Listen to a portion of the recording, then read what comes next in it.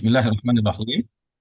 Assalamualaikum warahmatullahi wabarakatuh. Alhamdulillahilladzi hadana li hadza wa ma kunna linahtadiya laula an hadana Allah. Asyhadu an la ilaha illallah wahdahu la syarika lah wa asyhadu anna sayyidana wa nabiyyana wa imamana Muhammadin sallallahu alaihi wasallam la nabiyya ba'dah. Amma ba'da, yang saya hormati dan saya muliakan bapak-bapak dan ibu-ibu, ikhwan dan akhwat, saudara dan saudari sekalian yang hadir pada kesempatan majlis tadabbur pada pagi hari ini. Alhamdulillah, segala puji dan syukur senantiasa kita panjatkan kepada Allah yang senantiasa melimpahkan rahmat dan karunia kepada kita, taufik beserta inayah, sehingga pada pagi hari ini kembali Allah berikan kita kesempatan untuk mengikuti kajian tadabbur Al-Quran yang merupakan sebuah majlis ilmu yang diberkahi dan dilimpahkan ridhonya oleh Allah Subhanahu wa Ta'ala. Salawat dan salam kita doakan untuk Nabi kita, uswah kita, Nabi Muhammad sallallahu alaihi wasallam. Demikian juga kepada keluarganya dan para sahabatnya. Bapak dan Ibu yang saya muliakan, pagi ini kembali kita berjumpa insya Allah melanjutkan kajian tadabbur Al-Quran kita yang insya Allah akan membahas surah Al-Ma'idah, ya. Dimulai dari ayat 51 sampai berapa insya Allah, ya. Ya, ayat 51 sampai ayat 57. A'udzubillahi minasyaitonirrajim. Bismillahirrahmanirrahim. Kembali kita ingatkan mengenai beberapa tadabbur daripada ayat-ayat yang sebelumnya. Di ayat yang sebelumnya kita jelaskan bahwasanya Allah bercerita tentang orang-orang ahlul kitab di Madinah yang menantang Rasulullah sallallahu alaihi wasallam, dan kemudian Allah turunkan ayat-ayat yang menguatkan dan mengokohkan hati Rasulullah sallallahu alaihi wasallam. Nah, pada hari ini ayat-ayat yang kita tadabburi masih berputar mengenai orang-orang ahlul kitab, orang-orang Yahudi dan orang-orang Nasrani. Cuman hari ini mungkin agak istimewa ayatnya yang pernah dulu bikin heboh di negara kita, di negeri kita, yaitu Al-Maidah ayat 51, ya. Nah, mungkin alhamdulillah kita bertemu dengan ayatnya pada pagi hari ini. Kita coba dalami lebih dalam lagi apa sebetulnya Allah maksud dalam Al-Maidah ayat 51 dan seterusnya ini. Ya ayyuhalladzina amanu, wahai orang-orang yang telah beriman, ya. Wahai orang-orang yang beriman, berarti ayat ini turun di Madinah. Karena biasanya ayat-ayat yang dimulai dengan kalimat ya ayyuhalladzina amanu itu, maka dia berarti ayat yang diturunkan di Madinah. Kata Allah, la tattakhidul yahuda wan nasara awliya. Janganlah kamu sekali-kali mengambil orang-orang Yahudi dan orang-orang Nasrani sebagai aulia. Nah, di sini kalau kita lihat sebagai pemimpin, ya. Sebetulnya kalimat aulia ini lebih luas dari sekedar pemimpin. Bukan saja larangan dari Allah untuk mengambil orang Yahudi dan orang Nasrani, ya, tapi di sini juga jangan kita pahami cuma Yahudi dan Nasrani saja, Bapak dan Ibu, ya. Tentu juga kepada eh, agama-agama yang lain. Jadi jangan sampai dipahami kan yang dilarang cuma Yahudi dan Nasrani. Berarti agama lain juga boleh, berarti, ya. Bukan demikian. Karena konteksnya pada zaman itu yang dihadapi Rasulullah adalah ahlul kitab dari kalangan orang-orang Yahudi dan Nasrani. Kata Allah, la tattakhidul yahuda wan nasara awliya. Wali tersebut artinya orang tempat kita memberikan loyalitas. Aulia adalah jamak daripada wali. Ya, ketika kita memberikan loyalitas, memberikan kecintaan, meminta pertolongan, meminta perlindungan, memberikan wilayah, memberikan kepemimpinan, maka ini yang dimaksud dengan ittikhaduhum aulia, menjadikan mereka sebagai wali atau aulia, ya, sebagai di sini diterjemahkan sebagai pemimpin, yaitu menjadikan mereka sebagai loyal, orang tempat kita memberikan loyalitas kita. Maka ini yang dilarang oleh Allah dalam surah Al-Maidah ayat 51 ini. Yang tentunya kalau menjadikan mereka sebagai katakanlah sahabat karib, tempat kita mencurahkan cerita kita, rahasia kita semua, memberikan loyalitas kita yang sepenuhnya. Kalau itu saja dilarang, nah bagaimana dengan mengangkat mereka sebagai pemimpin?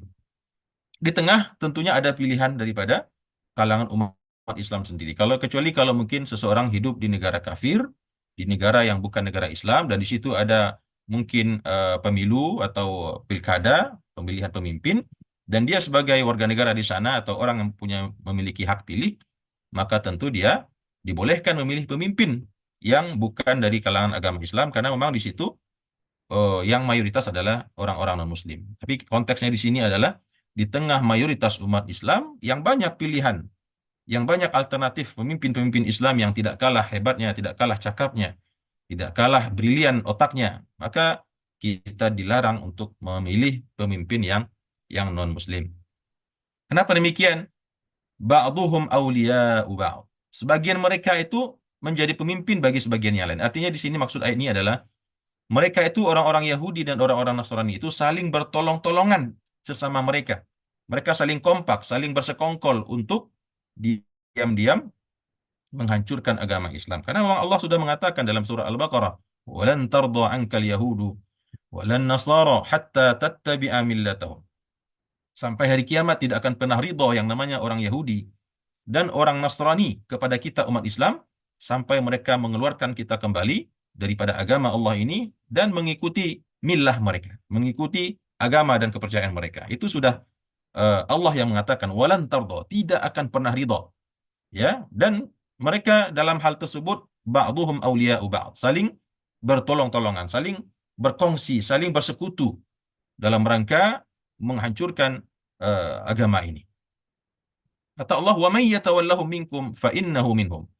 Maka setelah Allah peringatkan kepada kita jangan mengambil orang kafir sebagai pemimpin, sebagai tempat kita memberikan loyalitas, sebagai tempat kita memberikan rahasia-rahasia kita, bermesraan dengan mereka, menggenggam tangan mereka. Maka kata Allah, "Wa may yatawallahum minkum." Maka barang siapa yang menjadikan mereka sebagai tempat berwala, sebagai pemimpin tentunya di antara kalian, di antara kita yang menjadikan mereka sebagai wali kita, pemimpin kita, fa innahu minhum.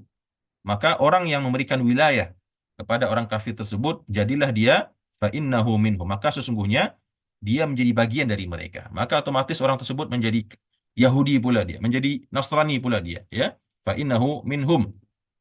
Jadi bisa kita simpulkan Bapak dan Ibu, ayat ini cukup keras ya. Orang yang memilih pemimpin yang kafir, di saat ada pemimpin-pemimpin yang Islam, maka Allah langsung cap orang tersebut menjadi golongan Yahudi dan Nasrani, ya. Begitu kalau kita memahami maksud daripada ayat ini. Nauzubillah, ya. Inna Allah la yahdil qaumal zalimin. Sesungguhnya Allah tidak akan mau menunjuki kaum-kaum yang zalim, kaum-kaum yang sudah mengerti kebenaran Al-Quran, mengerti kebenaran yang dibawa oleh Nabi Muhammad SAW, namun mereka masih berusaha untuk mengingkarinya. Ayat ini kalau kita lihat di buku tafsir, ada penjelasan bahwasanya waktu di Madinah itu ada dua pemuka Yahudi Ahlul Kitab, yang satu bernama Ubadah bin Samit, yang satu lagi Abdullah ibnu Salul, yang diajak oleh Rasulullah SAW untuk memberikan loyalitas penuh kepada Nabi Muhammad, kepada Islam. Yang satu menerima, yaitu Ubadah bin Samit. Beliau menerima dengan sepenuh hati untuk membaiat Rasulullah SAW, memberikan loyalitas sepenuhnya kepada Nabi Muhammad SAW. Tapi yang satu lagi, Abdullah bin Salul, dia tetap mengatakan kami tetap berwala, ya, membutuhkan sekutu kami orang-orang Yahudi, ya. Maka turunlah ayat ini yang mengecam perbuatan Abdullah bin Salul dan orang-orang munafik yang ada bersamanya.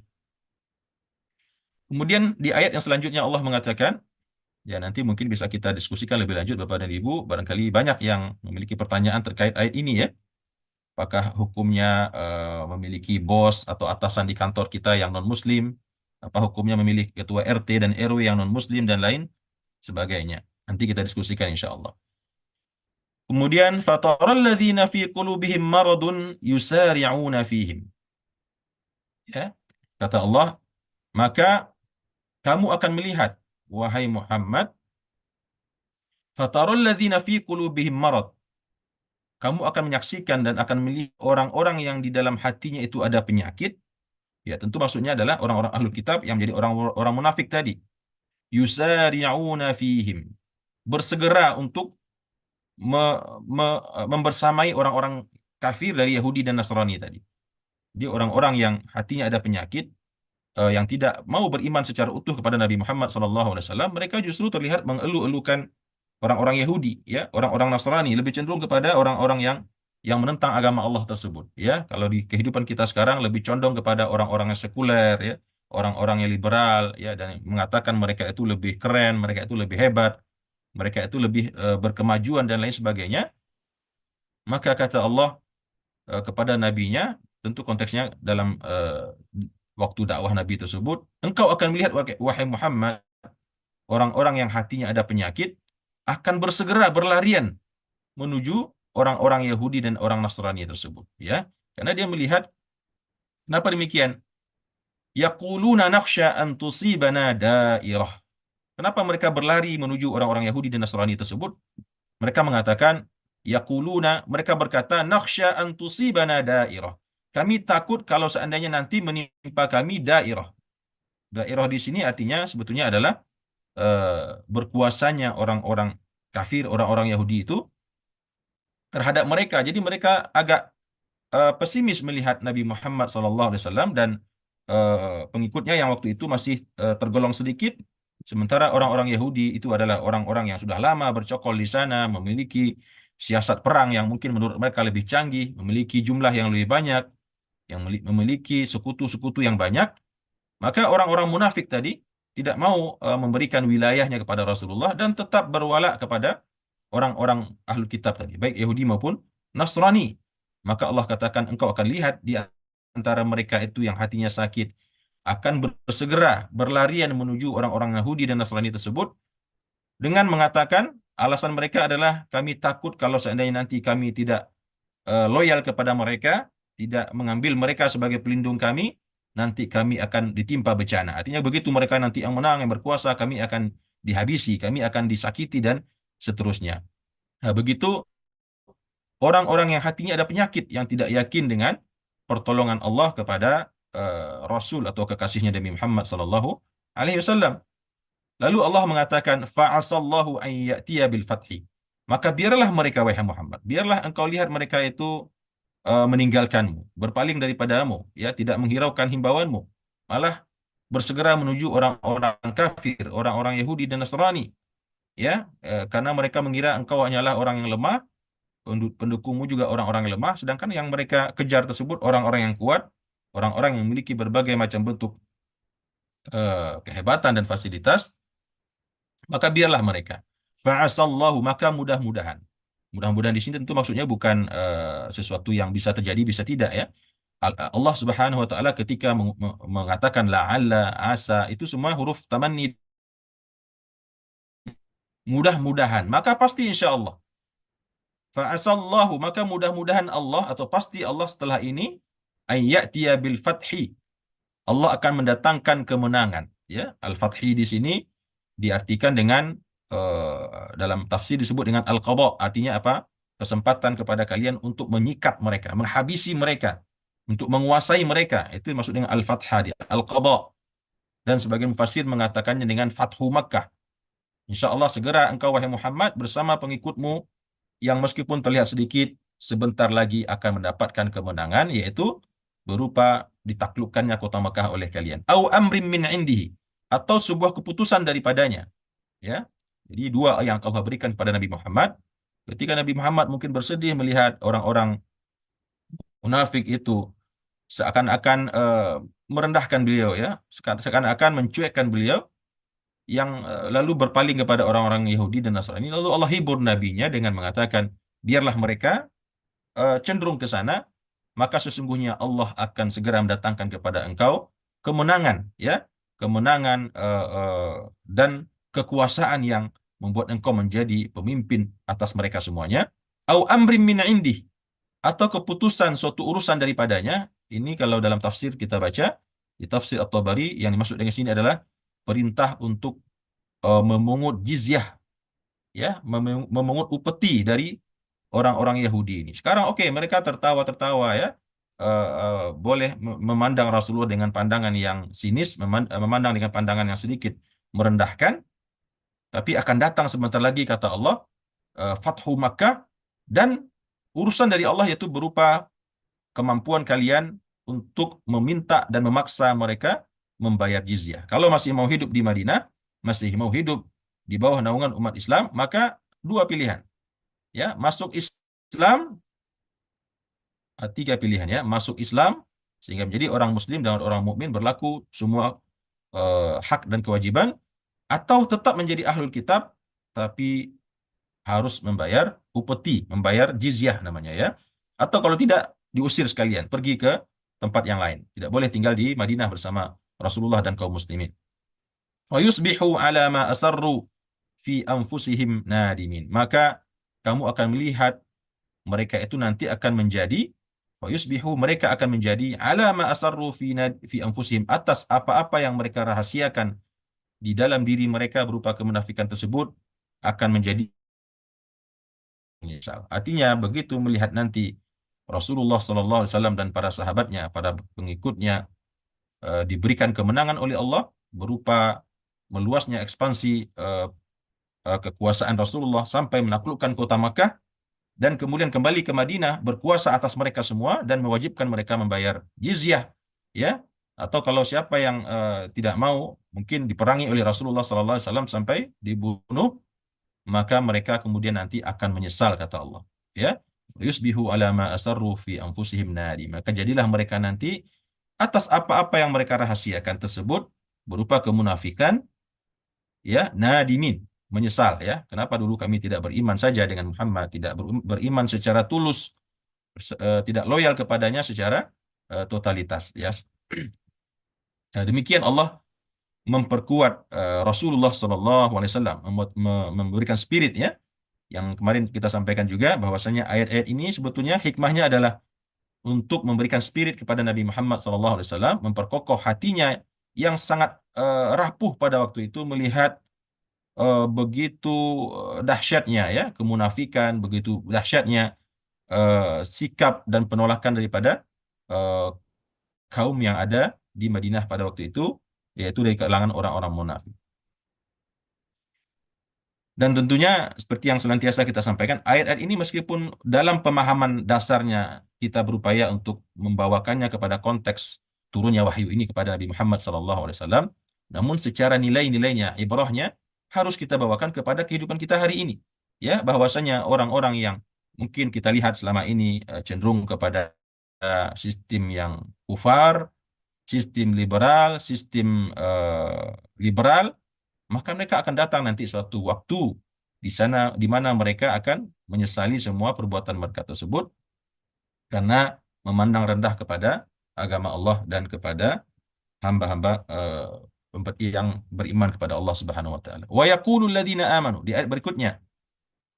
Lalu akan datang pada suatu hari itu nanti, kata Allah, wa yaqulul ladzina amanu, dan orang-orang yang beriman, wa yaqulul ladzina amanu, dan orang-orang yang beriman akan berkata, dan berkata orang-orang yang beriman, ahaula'i alladzina aqsamu billahi jahda aimanihim. Apakah mereka-mereka ini orang-orang yang, ya, orang-orang yang bersumpah dengan nama Allah dengan sesungguh-sungguhnya sumpah.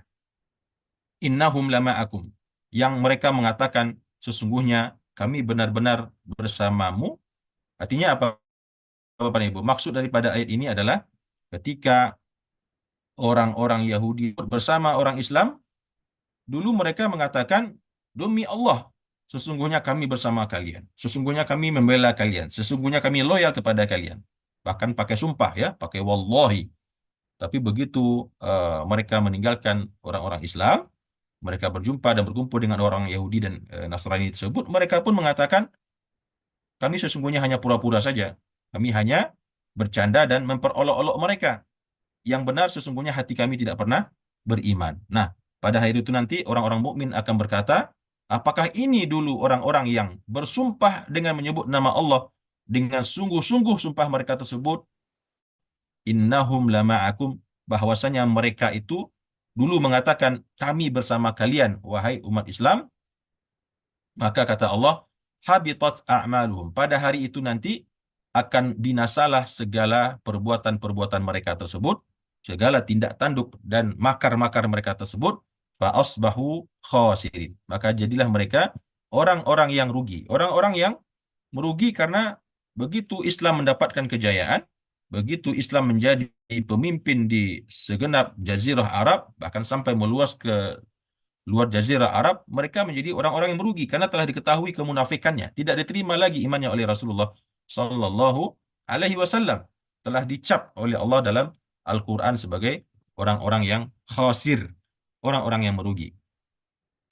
Nah, ini tentu Bapak Ibu rahimakumullah, ayat ini saling berkaitan dengan ayat-ayat yang sebelumnya ya, yang tentunya menceritakan bagaimana Allah Subhanahu wa taala menyingkap rahasia, hakikat orang-orang munafik tersebut dan menghibur Rasulullah sallallahu alaihi wasallam bahwasanya tidak lama lagi akan datang kemenangan, akan datang pertolongan daripada agama Allah, dan yang akan dilihat adalah nanti orang-orang kafir tersebut menyesali semua apa yang mereka lakukan, atau orang-orang munafik tersebut. Kemudian di ayat yang selanjutnya Bapak dan Ibu rahimakumullah, ini juga ayat yang sering kita baca, dengar dibacakan oleh imam dalam sholat berjamaah. Ya ayyuhalladzina amanu, wahai orang-orang yang beriman. Ya, masih berhubungan dengan tema ayat yang sebelumnya. Kata Allah, "May yartadda minkum." Barang siapa yang murtad. Murtad kita sudah tahu ya, yaitu keluar daripada agama Islam setelah tadinya beriman kepada agama Islam. May yartadda minkum. Barang siapa yang murtad di antara kalian, an dinihi, dari agamanya, itu dari agama Islam, ya. Dan sekali lagi kalau kita eh, lihat kepada asbabun nuzul atau latar belakang daripada turunnya ayat ini, masih kembali kepada orang-orang munafik, orang-orang yang tadinya telah mengaku beriman kepada Nabi Muhammad SAW, lalu melihat orang-orang kufar, orang-orang Nasrani dan Yahudi yang menurut mereka itu lebih hebat, lebih kuat, lalu mereka tetap loyal kepada mereka dan eh, memilih untuk mengikuti orang-orang Yahudi tersebut dan meninggalkan Nabi Muhammad SAW. Maka orang ini disebut dalam ayat ini sebagai orang-orang yang murtad. Dalam versi lain juga disebutkan ini, ayat ini turun kepada orang-orang yang meninggalkan agama Islam sepeninggal meninggalnya Nabi Muhammad SAW. Seperti kita ketahui, pada hari didengar tersiarnya kabar meninggalnya Rasulullah SAW di Madinah, maka murtadlah sekian banyak orang. Yang tadinya memang mereka Islamnya itu Islam munafik ya. Islam yang karena hanya takut bayar jizyah, karena hanya takut dipancung dan lain sebagainya. Lalu mereka pura-pura Islam. Begitu mereka mendengar Nabi Muhammad telah meninggal, langsung pada saat itu juga mereka murtad. Dan inilah yang kemarin jelaskan kenapa dalam ceritanya kita dengar Abu Bakar Siddiq radhiyallahu anhu dan Umar bin Khattab itu sampai tidak sempat menghadiri pemakaman Nabi Muhammad SAW. Begitu hari itu Rasulullah meninggal, mereka menghilang. Makanya ada fitnah waktu itu yang mengatakan memfitnah Abu Bakar dan Umar sedang apa namanya, bersekongkol untuk merebut kekuasaan kekhilafahan daripada Nabi Muhammad untuk mereka ambil, yang menurut sebagian mereka mengatakan seharusnya yang berhak menjadi khalifah setelah itu adalah Ali bin Abi Thalib. Ya, hilangnya Abu Bakar dan Umar saat itu karena mereka menumpas orang-orang yang murtad ya. Orang-orang yang murtad yang kalau itu tidak ditumpas maka tentu akan menjalar kepada penduduk atau pengikut Nabi Muhammad yang lain yang ada di Madinah. Lalu Allah mengatakan, "May yartadda minkum." Barang siapa yang murtad di antara kalian dari agamanya, baik yang ada pada zaman Rasulullah sallallahu alaihi wasallam, begitu juga yang hidup di antara kita hari ini dan siapapun yang hidup nanti sampai hari kiamat, maka kalau ada orang yang murtad di antara kita, maka kata Allah, no problem. Nggak ada masalah. Silahkan yang mau murtad, murtad. Yang mau keluar agama Islam, silahkan, kata Allah. Tapi kata Allah, فَسَوْفَ يَأْتِ اللَّهُ بِقَوْمٍ. Allah akan mengganti. Allah akan mendatangkan sebuah kaum. Kaum di sini artinya sekelompok orang atau orang-orang. Ya, Allah akan ganti orang yang murtad tersebut. Yang murtad hari ini 10, Allah akan ganti dengan 100 pengganti orang yang murtad tersebut dengan suatu kaum orang-orang yang kriteria mereka adalah sebagai berikut. Sifat kaum yang akan Allah datangkan mengganti orang-orang yang murtad itu adalah sebagai berikut. Yang pertama, yuhibbuhum wa yuhibbunah. Allah mencintai mereka wa yuhibbunah, dan mereka juga mencintai Allah, saling mencintai. Betapa indahnya. Ya, Allah mencintai hambanya dan hamba-hambanya tersebut juga mencintai Allah. Ya, cinta yang sangat luar biasa, yang sangat harmonis. Ketika Allah mencintai mereka dan mereka mencintai Allah, maka tentu tidak ada bandingannya dibanding dengan orang-orang yang murtad tersebut. Kemudian sifat orang-orang tersebut, kata Allah, mereka memiliki karakter di samping Allah mencintai mereka dan mereka mencintai Allah, ada sifat atau karakter yang istimewa yang mereka miliki. Yang pertama yaitu azillatin 'alal mu'minin. Mereka itu bersikap azillah ini kalau kita lihat dalam bahasa Arab artinya adalah merendahkan diri ya, menghinakan diri. Tapi tentu maksudnya bukan berarti menghinakan diri ya. Yang dimaksud dengan azillah di sini adalah merendahkan sayap, ya, bersikap tawadhu, bersikap rendah hati, bersikap lemah lembut, tidak sombong, tidak membanggakan diri, menyayangi. Nah, ini yang dimaksud dengan azillah. Artinya seorang mukmin yang dicintai Allah dan dia mencintai dan Allah mencintai tersebut harus menjadi orang yang azillah sifatnya, ya, merendahkan diri kepada bukan merendahkan diri ya, merendahkan hati kepada saudara mukminnya yang lain. Tidak menyombongkan diri, tidak mengangkat kepalanya, tidak memandang ke bawah kepada orang lain, tapi justru seorang mukmin yang imannya benar, yang dicintai oleh Allah dan eh, dan dia mencintai Allah, kita akan melihat orang mukmin yang benar imannya tersebut akan terlihat seperti orang yang sangat rendah diri, rendah hati ya, tidak sombong ya.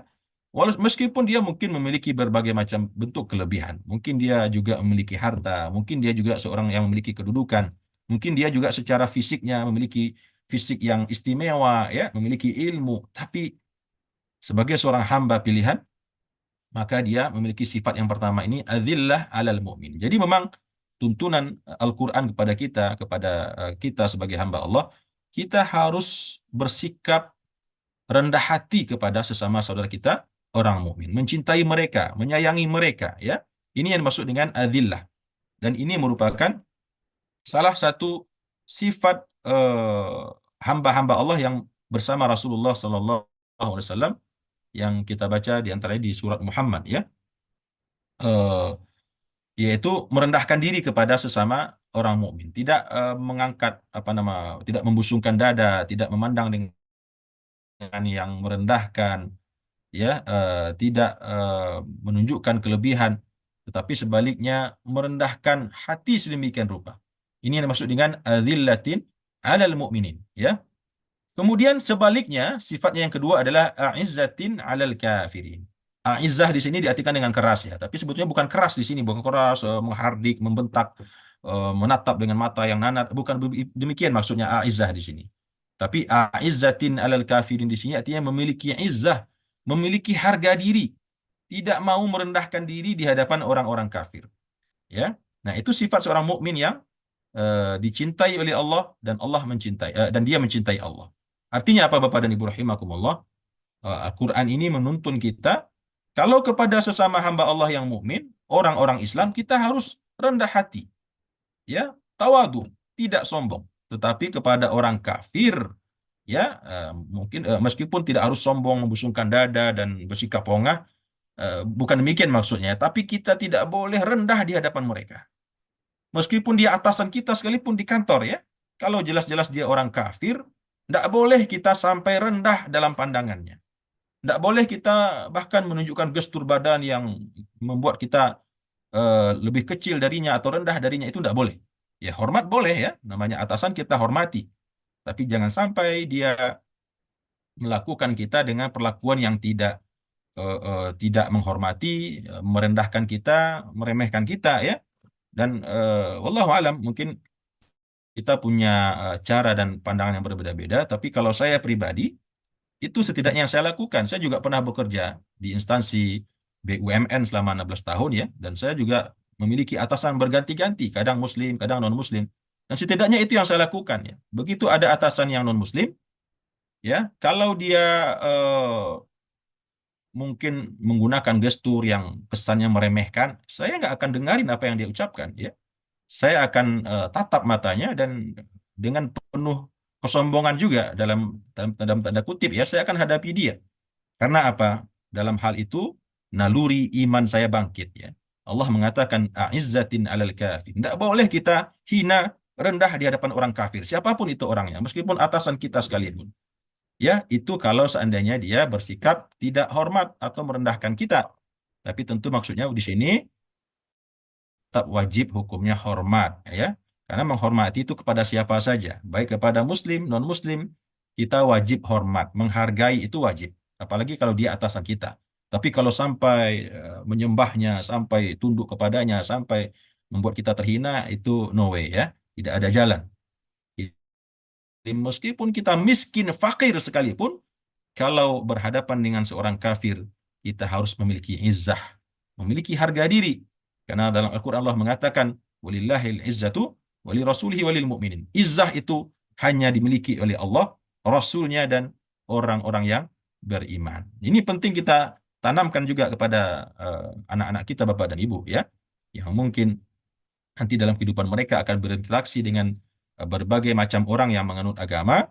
Kalau kita sudah dimuliakan oleh Allah dengan Islam ini, maka tidak ada jalan apapun Allah berikan kepada kita untuk membuat kita merasa hina, merasa rendah di hadapan orang-orang lain yang non-Muslim. Ya, karena orang tersebut tidak ada nilai dan harganya sama sekali dalam pandangan Allah.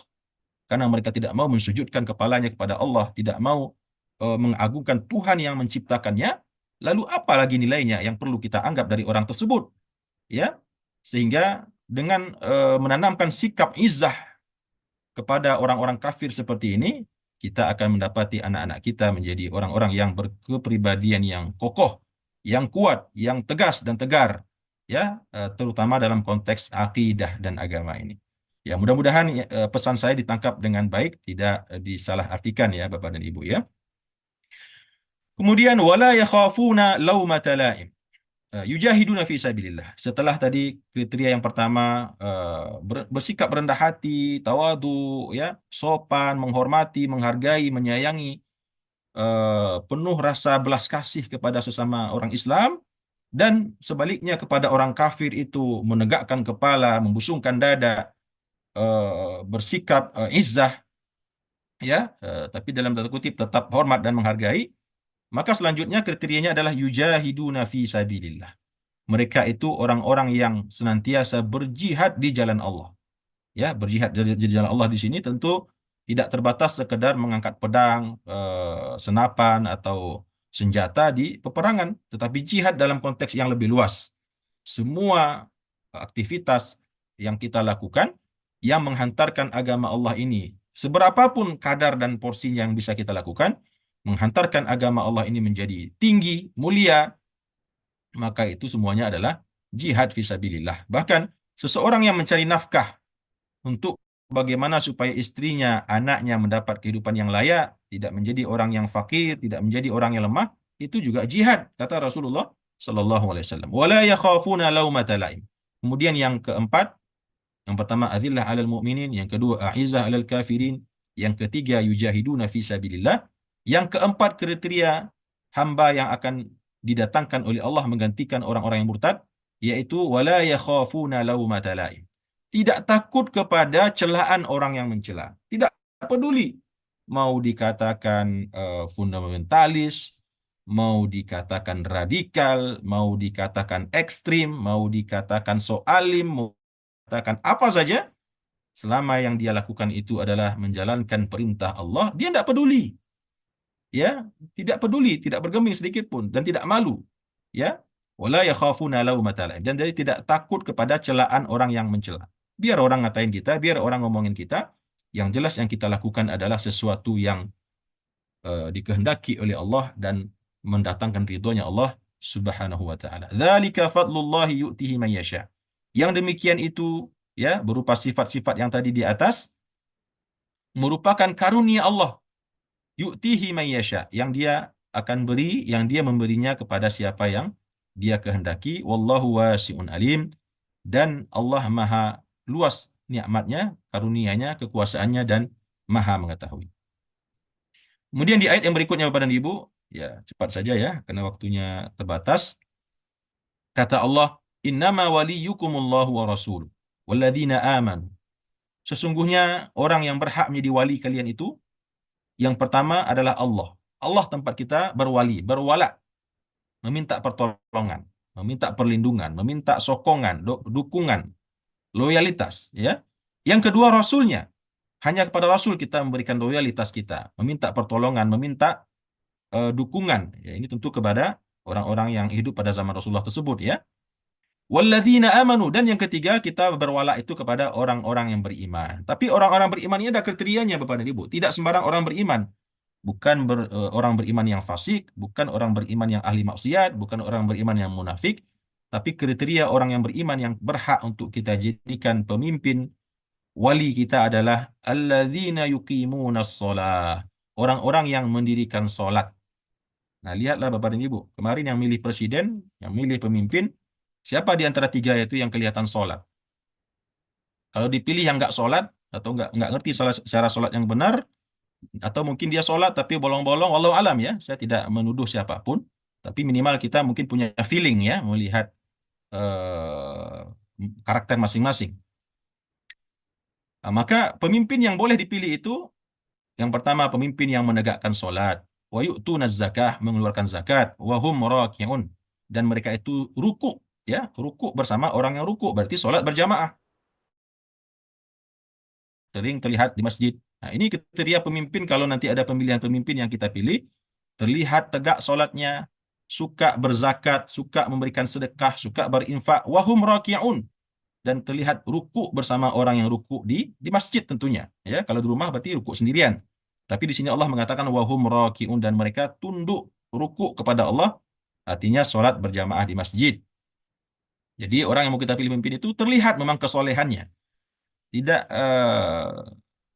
tersembunyi ya, memang nampak dari zahirnya orang beriman, bertakwa, menegakkan sholat, membantu orang lain, bersedekah, berinfak, dan bersosial, aktif berjamaah di masjid, dan seterusnya. Wa may yatawallallaha wa rasulahu, maka barang siapa yang berwali kepada Allah, mengambil Allah sebagai pemimpin, penolong, dan Rasul,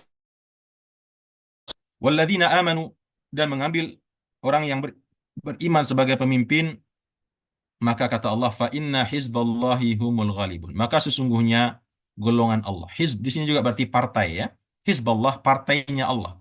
Maka sesungguhnya partainya Allah, golongan Allah jugalah yang nanti akan humul ghalibun, yang nanti akan mendapatkan kemenangan. Ya, mungkin hari ini kita belum lihat partai yang yang terlihat lebih membela agama Allah, lebih membela umat Islam, belum menang ya. Tapi janji Allah ini pasti. Kalau tidak tahun ini, mungkin 5 tahun lagi, mungkin 10 tahun lagi, mungkin 15 tahun lagi.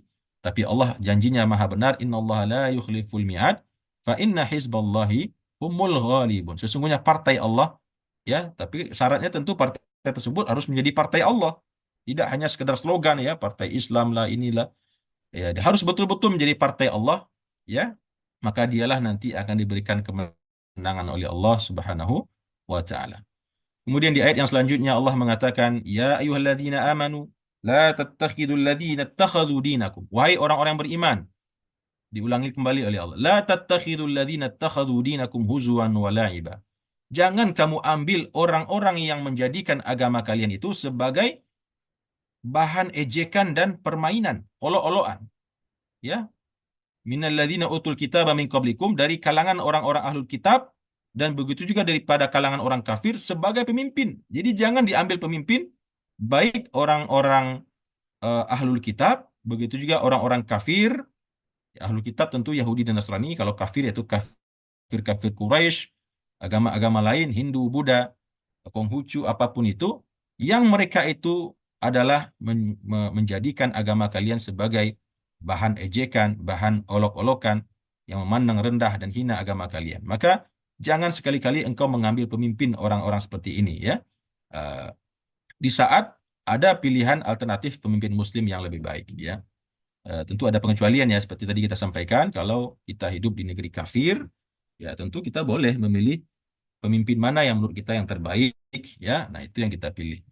Tapi kalau di negara muslim mayoritas Islam ya, yang ada pilihan pemimpin muslim, maka dilarang kita untuk memilih pemimpin yang non muslim. Wattaqullah, bertakwalah kepada Allah sesungguhnya, wattaqullaha in kuntum mu'minin. Bertakwalah kepada Allah jika kalian betul-betul orang yang beriman. Bertakwa dalam hal memilih pemimpin, dalam hal memberikan loyalitas kita kepada orang yang akan kita jadikan pimpinan kita.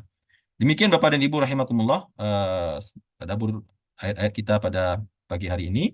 ayat 51 sampai ayat 57 tadi ya. Mudah-mudahan menambahkan ilmu dan wawasan bagi Bapak dan Ibu semua, dan insya Allah ibrah hikmah-hikmah yang tadi saya sampaikan mudah-mudahan bisa difahami dan dicerna dengan baik. Demikian dari saya, terima kasih atas perhatian dan kehadiran Bapak dan Ibu. Masya Allah pagi ini cukup ramai ya, 237 orang. Masya Allah, mudah-mudahan jumlah ini bertahan dan terus bertambah. Karena memang kesempatan emas yang Allah sediakan untuk kita di bulan Ramadan ini Bapak dan Ibu. Malam kita baca Al-Quran, paginya kita tadabburi. Insya Allah hari-hari kita akan kita lalui penuh dengan berkah sampai sore nanti. Karena kita buka dengan mengkaji dan mendalami kalamullah. Sebaik-baik perkataan, sebaik-baik eh, tulisan yang Allah berikan kepada kita, umat Islam, umat Nabi Muhammad SAW. Demikian, barangkali saya serahkan kepada Ustadz Hafiz kembali sebagai moderator. Mohon maaf atas salah dan khilaf. Wassalamualaikum warahmatullahi wabarakatuh.